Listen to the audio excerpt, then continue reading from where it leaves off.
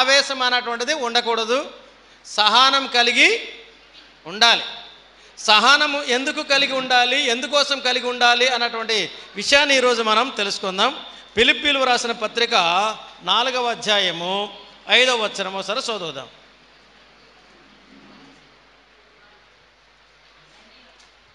చదవండి. ఫిలిప్పీ పత్రిక ఎటువైపు ఉందో తెలుసా లేదా? ఇది ఎఫెసీ పత్రిక ఉంటుంది. సకల జనులకు తెలియబడనీయుడి. మీ సహనమును సకల జనులకు తెలియబడనీయుడి. ప్రభు సమీపంగా ఉన్నాడు. దేని గూర్చి చింతపడకుడి గాని ప్రతి విషయములోను ప్రార్థన విజ్ఞాపనముల చేత కృతజ్ఞతాపూర్వకముగా మీ విన్నపములు దేవునికి తెలియజేయుడి. చిన్న ప్రార్థన చేసుకుందాం. పరిశుద్ధుడైన మా ప్రియ పరలోక తండ్రి దేవా, ఇదిగో ప్రభు, ఈ క్షణంలో ప్రత్యేకంగా మా సియోను సంఘములో సహనము కలిగి ఉండాలి అన్నటువంటి గొప్ప పాఠాన్ని బోధించడానికి నన్ను నిలబెట్టిన విధానకు వందనాలు. ఇదిగో ప్రభు, విత్తనం విత్తుచుండ వాక్యమని విత్తనం విత్తుచుండగా మంచి నేలలో పడినట్టు విత్తనంగా దయచేయమని, తద్వారా మంచి ఫలాలు ఫలించే కృపను గ్రహించమని యేసతి పరిశుద్ధ నామమున ప్రార్థించి అడిగి వేడుకుంటున్నాం తండ్రి, ఆమెన్. రైట్. కుటుంబ దగ్గర బంక్స్ తగ్గుతాయిపో. అందరూ బాగున్నారా? సరే, కొద్దిగా ఒక 10 నిమిషాలు పావుగంట అమ్మెంగ్ డక్కునబా, అంతే కదా? రైట్. అమ్మెంగ్ అడ్డుకునబా 10 నిమిషాలు, పావుగంట కంటే ఎక్కువ లేకపోతే, ఎందుకంటే కార్యక్రమాలు కూడా ఉన్నాయి కాబట్టి 15 నిమిషాల కంటే మహా అయితే ఒకవేళ ఇటు అటు అవ్వచ్చు, కానీ ఎక్కువ టైం కూడా నేను తీసుకోను. కాబట్టి మీరు కొద్దిగా ఆ టైం కూడా ఓపిక పట్టండి. మరి తర్వాత మనకేంటంటే స్కూల్ అవర్ కూడా ఓపెనింగ్ అయిపోయింది.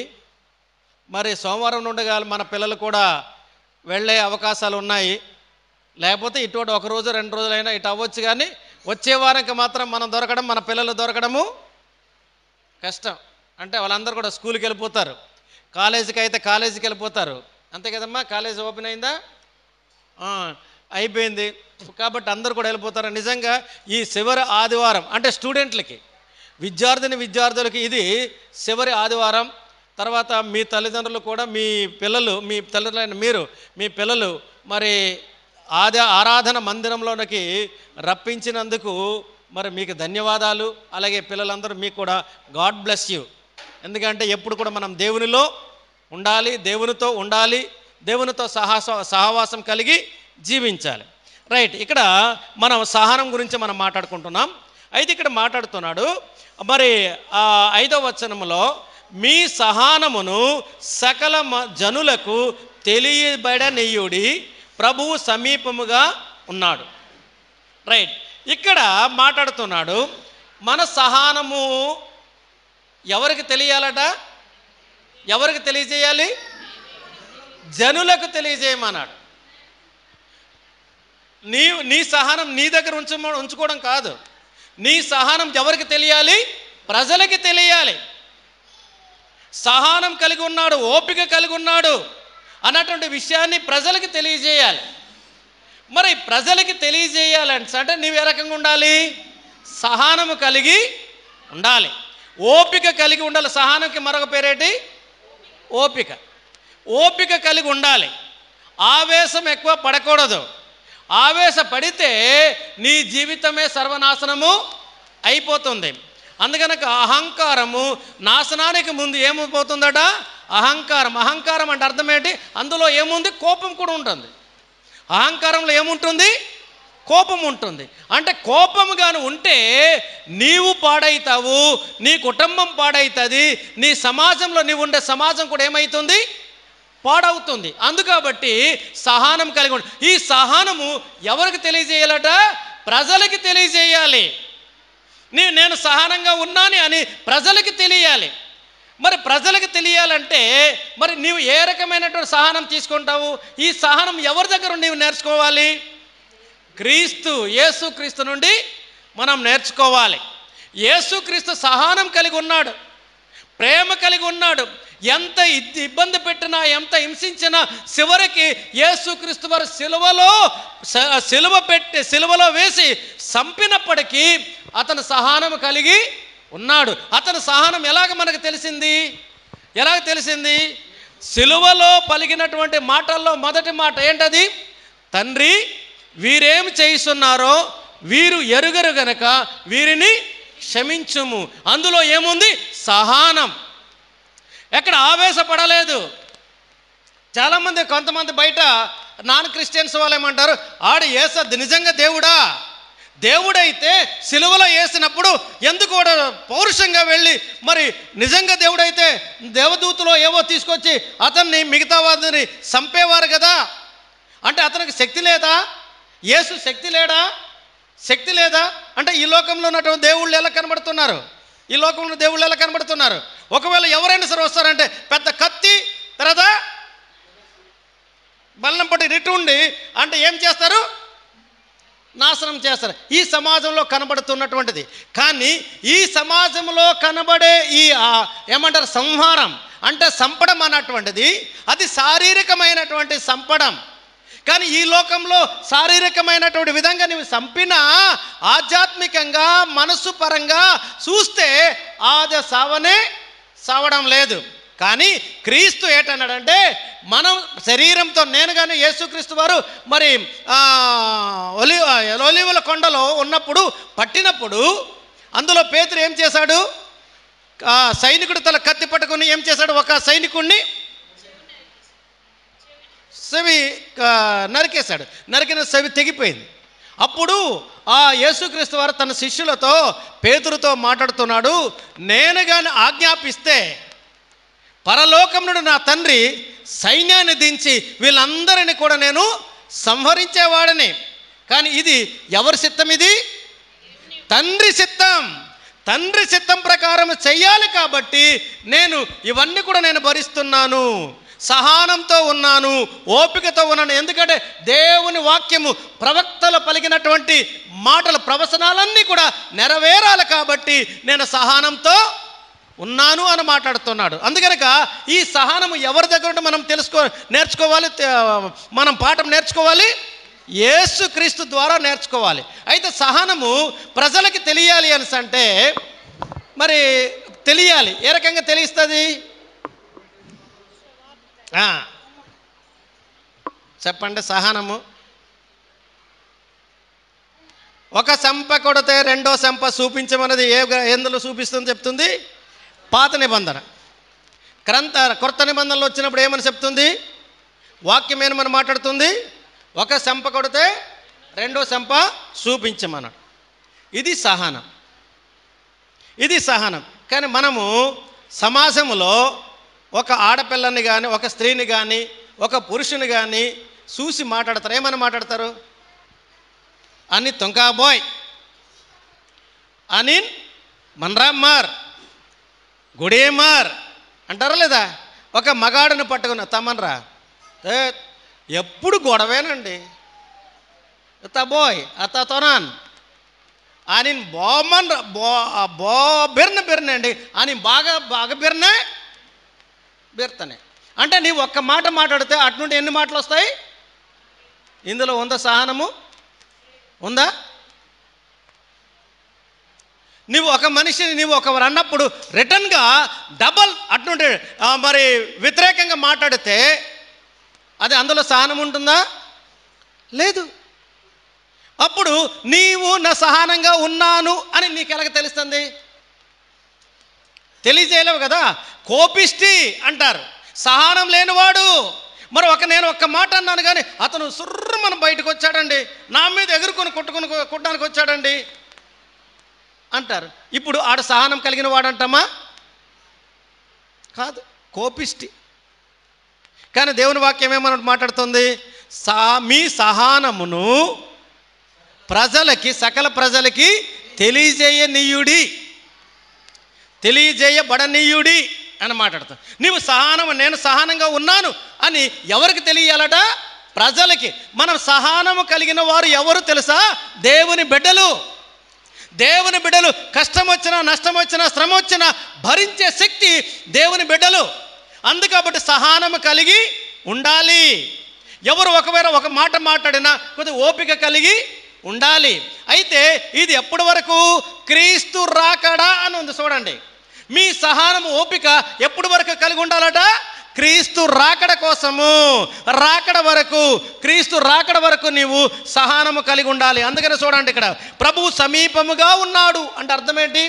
క్రీస్తు రాకడ వస్తుంది, క్రీస్తు రాకడ సమీపమై ఉంది. క్రీస్తు రాకడ వరకు కూడా నువ్వు ఎలాగుండాలి? సహనము కలిగి ఉండాలి, ఓపిక కలిగి ఉండాలి. మనం అంటారు మాది కుర్రోలం, వేడి రక్తం అంటారు. కానీ రక్తం వేడిగానే ఉంటుందా? రక్తం వేడిగానే ఉంటుందా? కుర్రోలు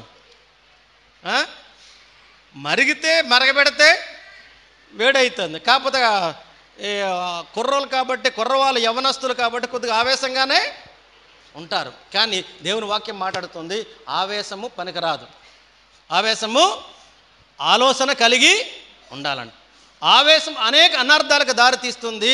ఆలోచన అనేక సమస్యలకు పరిష్కారము కలుగుతుంది, దొరుకుతుంది. ఆవేశము కంటే ఆలోచన ముఖ్యం. అందుకనక ఆవేశము మనము ఆవేశము కాకుండా సహనం కలిగి ఉండాలని. మరి క్రీస్తు రాకడ సమీపమై ఉంది కాబట్టి క్రీస్తు రాకడ వరకు నీ సహనాన్ని కొనసాగించు అని ఇక్కడ మాట్లాడుతున్నాడు. అయితే ఇక్కడ చూడండి, యాకోబు 5వ అధ్యాయము 8వ వచనము అంటే సహనము అన్నటువంటి మాట ఇప్పుడు మనం మాట్లాడాం. 5వ అధ్యాయం 8వ వచనం, సమీపించుచున్నది గనుక, క్రీస్తు ప్రభు రాకడ సమీపముగా ఉన్నది గనుక మీరు ఓపిక కలిగి ఉండుడి. మీ హృదయమును చాలమ్మా. ఇక్కడ ఓపిక అని వచ్చింది కదా. సహనము అంటే అక్కడ ఓపిక అంటే ఎక్కడ వరకు మనం ఎంత టైం వరకు మనం ఓపిక కలిగి ఉండాలని దేవుని వాక్యం చెప్తుంది? ప్రభు రాకడ వరకు. క్రీస్తు రాకడ సమీపమై ఉంది కాబట్టి క్రీస్తు రాకడ వరకు మనం ఓపిక కలిగి ఉండండి. నీ సహనమే నిన్ను రక్షిస్తుంది, నీ సహనమే మంచి మార్గంలో నడిపిస్తుంది. కాబట్టి నీవు సహనము కలిగి క్రీస్తు రాకడ వరకు ఉండాలని కోరుచున్నాడు. అలాగే లూకా సువార్త 12వ అధ్యాయం 22 నుండి 31 వరకు చదివితే మనం ఎక్కువ వచనాలు ఉన్నాయి. కాకపోతే దానికి అర్థం ఏంటంటే 12వ అధ్యాయము 22 నుండి 31 వరకు మీరు రెఫరెన్స్ రాసి ఉంచండి, తర్వాత మీరు మాట్లాడుకోండి, మీరు చదవండి. ఆయన రాజ్యము కొరకు సహనముతో వెతుకుడి. దీనికి అర్థం ఏంటంటే 21 నుండి 22 నుండి 31 వరకు చూస్తే అందులో క్రీస్తు రాజ్యము కోసము మనం సహనం కలిగి ఉండాలి అని ఇక్కడ చెప్తుంది. క్రీస్తు రాజ్యము కోసం. క్రీస్తు రాజ్యం ఎప్పుడు వస్తుంది? క్రీస్తు రాజ్యం ఎప్పుడు వస్తుంది? క్రీస్తు వస్తేనే, క్రీస్తు రెండవ రాకడ వస్తేనే క్రీస్తు రాజ్యం వస్తుంది. ఎందుకంటే అతను వస్తాడు, వచ్చిన తర్వాత మరి తీర్పు ఉంటుంది, తీర్పు తర్వాత క్రీస్తు రాజ్యము ప్రారంభమవుతుంది. అందుకబట్టి క్రీస్తు రాజ్యము కోసము, ప్రభు రాజ్యము కోసము మనం సహనము ఓపిక కలిగి ఉండాలని కోరుతున్నాడు. అలాగే 2 పేతురు 3వ అధ్యాయము 8-9 వచనాలు.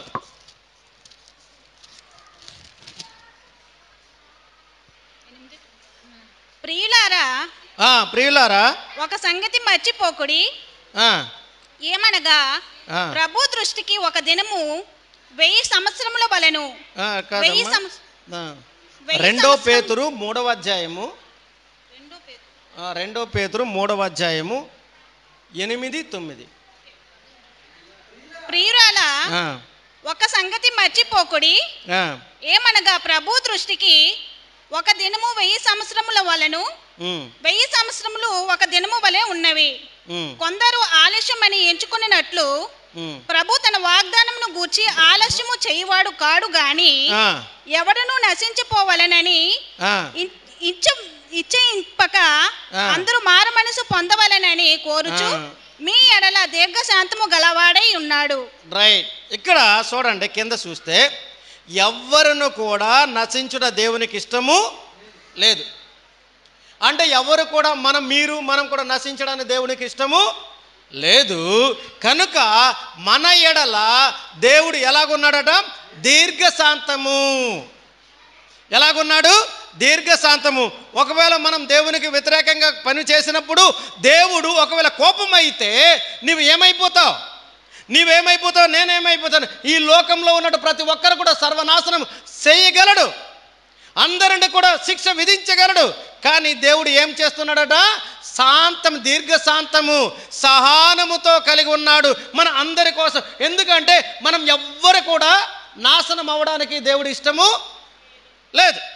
దేవుడు మనల్ని నాశనం అంటే మనము నాశనం అవ్వడానికి దేవునికి ఇష్టం లేదు. కాబట్టి దేవుడు దీర్ఘశాంతంగా మన కోసము సహనంతో కలిగి ఉన్నాడు. అంటే ఇప్పుడు మనం మారాలి. ఏంటి మారాలి? సహనము కలిగి ఉండడము నేర్చుకోవాలి. ఎక్కడ వరకు? క్రీస్తు రాకడ వరకు. ఈరోజు అన్నాను కానీ ఈరోజు ఇలాగున్నాను, రేపు వచ్చినప్పుడు రేపటి కుదరదు. ఎప్పటి వరకు ఆ శాంతం కలిగి ఉండాలి? సహనము క్రీస్తు రాకడ వరకు మాత్రం. క్రీస్తు రాకడ వరకు నీవు సహనం కలిగి ఉండాలి. ఒక రోజు, 2 రోజులు, నెల రోజులు, సంవత్సరం ఉండడానికి వీలు కాదు. అన్ని సంవత్సరాలు కూడా మనము ఓపిక కలిగి ఉండాలి. ఏదైనా సరే ఆవేశము పడకూడదు, ఆవేశం ఉండకూడదు అని ఇక్కడ మాట్లాడుతున్నాడు. సరే, మళ్ళీ ఒకటి చూద్దాం. 1 పేతురు పక్కనే చూడండి. 1 పేతురు 4వ అధ్యాయము 7వ వచనం.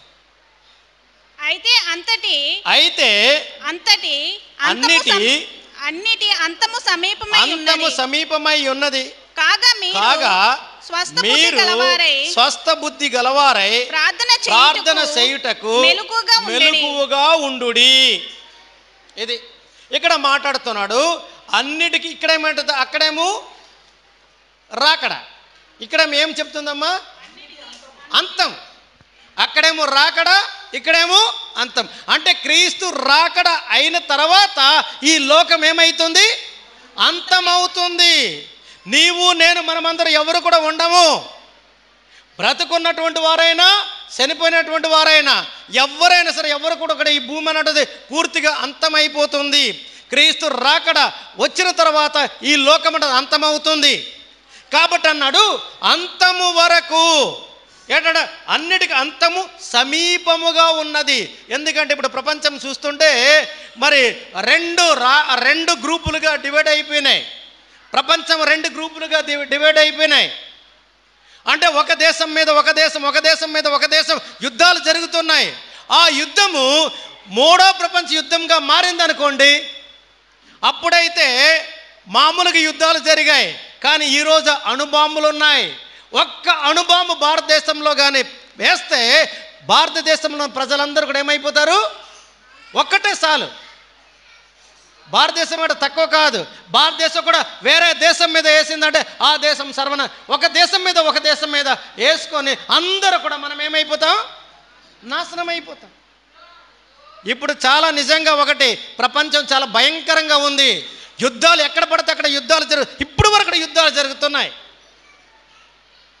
ఏ దేశంలో జరుగుతుంది? ఉక్రెయిన్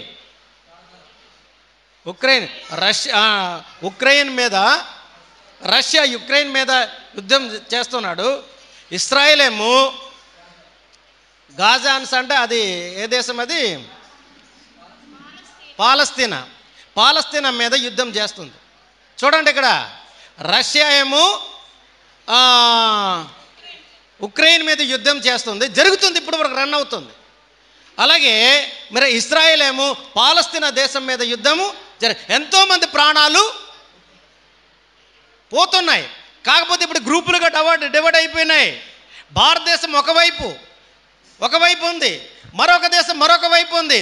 2 గ్రూపులంతా కూడా ఒక దేశం మీద ఒక దేశం బాంబులు కానీ విసురుకుంటే ప్రపంచం ఏమైపోతుంది? అంతం వచ్చేస్తుంది. అందుకప్పుడు గమనించండి, మీకు అందుకనక ఏమన్నాడు? కాగా మీరు స్వస్థ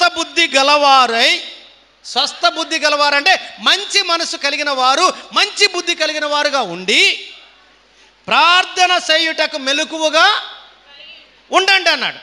ప్రార్థన అన్నిటికంటే ముఖ్యమైనది ప్రార్థన. ప్రార్థన చేసినవాడు, కంటిన్యూ ప్రార్థన చేసినవాడు ఏ తప్పు చెయ్యడు. తప్పు ప్రార్థన లేకుండా ఉన్నటువంటి వాడు తప్పు చేస్తాడు, ఖచ్చితంగా చేస్తాడు. ప్రార్థనకి దూరంగా ఉన్నవాడు తప్పు చేస్తాడు. ప్రార్థనలో గడిపినవాడు ఏ తప్పు చేయడు. అది గమనించండి. మీరు ఒకవేళ మీ జీవితంలో ప్రార్థన లేకుండా మీరు తప్పు చేస్తారంటే మీరు ప్రార్థన చేయలేదు అని అర్థం. ప్రార్థన కానీ చేసుకుని ఉన్నటువంటి వాడు ఒకవేళ తప్పు పని చేయడానికి భయం వేస్తుంది.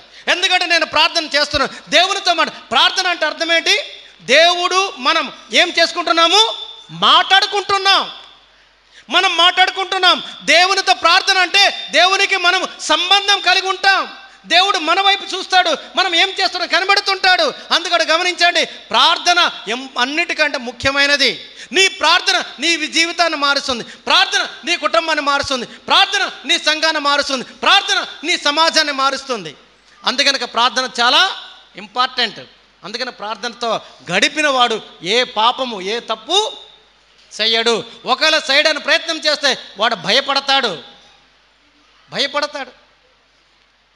అందుకబట్టి ప్రార్థన చాలా అవసరం. ప్రార్థన అటువంటిది చాలా అవసరం. అందుకనక స్వస్థ బుద్ధి గలవారై మీరు ప్రార్థనలో గడపండి, జీవించండి అని మాట్లాడుతున్నాడు. అలాగే 1 పేతురు 1:11 మంచి ప్రవర్తన కలవారై ఉండండి, మంచి ప్రవర్తన కలవారై ఉండండి అని మాట్లాడుతున్నాడు. కాబట్టి మీ మనస్సు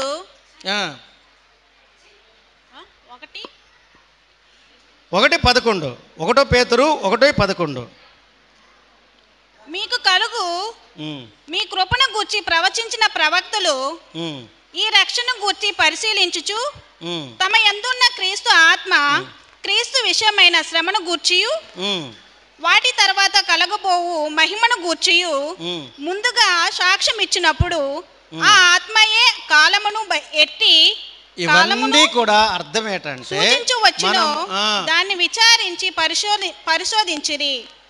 పరలోకము నుండి పంపబడిన పరిశుద్ధాత్మ వలన మీకు సువార్త ప్రకటించిన వారి ద్వారా మీకిప్పుడు తెలుపబడిన ఈ సంగతుల విషయమై తమ కొరకు కాదు గాని మీ కొరకే తాము పరిచర్య చేసినను సంగతి వారికి బయలుపరచబడెను. రైట్. ఇవన్నీకి అర్థం ఏంటంటే, ఈ వాక్యమంతా చదివినటువంటి అర్థం ఏంటంటే మంచి ప్రవర్తన కలిగి జీవించు. అందుకనే నేను షార్ట్కట్లో మాట్లాడాను. మీరు వాక్యం చదివారు, నేను షార్ట్కట్లో ఏంటది? మంచి ప్రవర్తన కలిగి ఉండాలి, మంచి ప్రవర్తన కలిగి జీవించండి అని ఇక్కడ దేవుని వాక్యం చెప్తుంది. అందుకబట్టి మనమందరూ కూడా ఎలా ఉండాలి? క్వశ్చన్. ఇప్పుడు పాఠం అయిపోయింది. ఇప్పుడు ప్రశ్న, మనం ఎలా ఉండాలి? గట్టిగా మనం ఎలా ఉండాలి? సహనం కలిగి ఉండాలి. మరి ఎప్పుడు వరకు? ఒకటోది రైట్, గట్టిగా. ఆ సహనం ఎప్పటి వరకు ఉండాలి? రెండవ రాకడ. మరి ఆ సహనం ఎప్పటి వరకు ఉండాలి? రెండో రాకడ. రెండోది ఏంటో చెప్పాను నేను, అంతము వరకు. ఒకటోదేమో క్రీస్తు రాకడ వరకు ఉండాలి, రెండోదేటది అంతము వరకు ఉండాలి. ఇది ఎప్పటి వరకు ఉండాలి అన్నట్టు గమనించండి. సహనము అప్పుడే ఈరోజు రేపు సహనంగా ఉన్నాను, రేపు కోపంగా ఉంటాను అనడానికి వీలు లేదు. ఆ సహనము క్రీస్తు రాకడ వరకు, క్రీస్తు వచ్చేంత వరకు, ఈ లోకం అంతమయ్యేంత వరకు కూడా సహనం కలిగి ఉండాలి. మరి చిన్న ప్రార్థన చేసుకుందాం. పరిశుద్ధుడైన మా ప్రియ పరలోక తండ్రి, దేవా, ఇదిగో ప్రభు, ఈ క్షణంలో సహనము అన్నటువంటి గొప్ప పాఠాన్ని మమ్మల్ని బోధించిన విధానానికి వందనాలు. ఈ వాక్యాన్ని వినడం ప్రతి ఒక్కరిని కూడా పేరు పెట్టి దీవించండి, ఆశీర్వదించండి. ప్రత్యేకంగా ఈ వాక్యము ద్వారా మరి వారి హృదయాలలో వారు మార్పును తీసుకురామని ప్రార్థిస్తున్నాం. ఆవేశంగా ఉన్నటువంటి వారు, కోపంగా ఉన్నటువంటి వారు, దేవా, వారందరూ ప్రభా గొప్ప సహనమును మరి సమాధానమును మీరు అనుగ్రహిస్తున్న విధానికి వందనాలు. ఎన్ని కష్టాలు, శ్రమలు, ఇబ్బందులు వచ్చినా సహనముతో కలిగి జీవిస్తాను అని గొప్ప తీర్మానం చేసుకున్న ప్రతి ఒక్కరిని కూడా ప్రభా పేరు మీద దీవించి ఆశీర్వదించి బలపరిచి నడిపించి సహాయం చేయమని యేసు పరిశుద్ధ నామమున ప్రార్థించి అడిగి వేడుకుంటున్నాం తండ్రి. ఆమేన్.